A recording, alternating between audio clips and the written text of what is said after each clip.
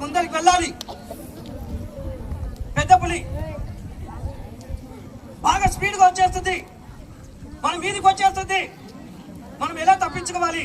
ఆ పెద్ద పులి లాంటి మ్యాథ్స్, ఈ మ్యాథ్స్ ని ఛేదించాలంటే ప్రతి ఒక్కడికి భయం అనేది పోవాలి. మ్యాథ్స్ పైన ఆ భయం అనేది పోయినప్పుడే 100% మ్యాథ్స్ చేయగలము. ఎందుకంటే చేసేటోడు ప్రతి ఒక్కరు కూడా అది చేస్తున్నా మ్యాథ్స్ ఒక్కసారి వింటాడు, సారు చెప్పేటప్పుడు అక్కడిక్కడ చూస్తాడు, ఒకటి బాగా ఏమంటాడు, ఏదో ఒకటి పెన్ను తిప్పుతుంటాడు. కానీ పెన్ను తిప్పేది కాదు, నీ మైండ్ మ్యాథ్స్ తిప్పాలి. నేను కూడా శ్రీనివాస రామానుజన్ లాగా కావాలి, ఒక భాస్కర్ చారి లాగా కావాలి, ఒక ఆర్యభట్ట లాగా కావాలి అని ప్రతి స్టూడెంట్ కు బాగా ఒక ఉప్పెనలా అనుకుంటేనే మనం ముందరికి పోగలుగుతాం. ఓకే, ఒకసారి గణితం అంటే అంత భయం ఎందుకు పిల్లలు, గణితం అంటే అంత భయం ఎందుకు పిల్లలు, ఇష్టపడితే లోకంలో నీకుండవు ఎల్లలు. గణితం అంటే అంత భయం ఎందుకు పిల్లలు, ఇష్టపడితే లోకంలో నీకుండవు ఎల్లలు.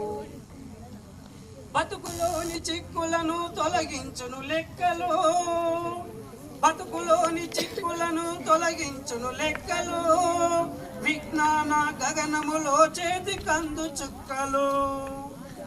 లెక్క తప్పి నడిచావా భవితంతా ముక్కలు, ఎవరితో ఎగిరేందుకు అవుతాయని రెక్కలు. గణితం అంటే అంత భయం ఎందుకు పిల్లలు, ఇష్టపడితే లోకంలో నీకుండవు ఎల్లలు. తర్కమేర గణితానికి అసలైన పెట్టుబడి, ప్రతినిత్యం సాధనకై చేసుకోండి తీరుబడి.